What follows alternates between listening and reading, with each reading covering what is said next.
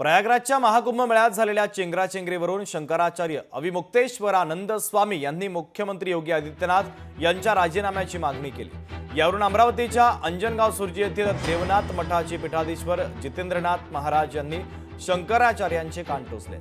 शंकराचार्यांनी मुख्यमंत्री योगींच्या राजीनाम्याचे केलेले वक्तव्य हे राजकीय हेतूने प्रेरित आहे। त्यांनी धर्माच्या विवेचनाकडे लक्ष द्यायला हवं असं देखील यांनी म्हटलेलं आहे।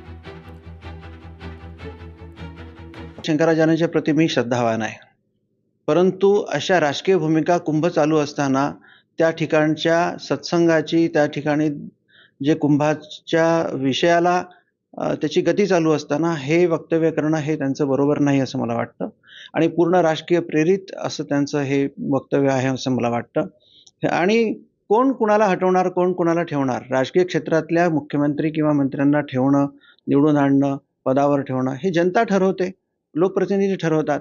त्यामुळे त्यांना त्यांचं काम करू द्यावं। आपण आपल्या कुंभाच्या व्यवस्थापनामध्ये आणि जगद्गुरू पदाचे जे विषय आहे त्या दृष्टिकोनातून धर्माच्या विवेचनाकडे लक्ष द्यावं। लोकशाही मराठी ऐका, पहा, जागरूक रहा।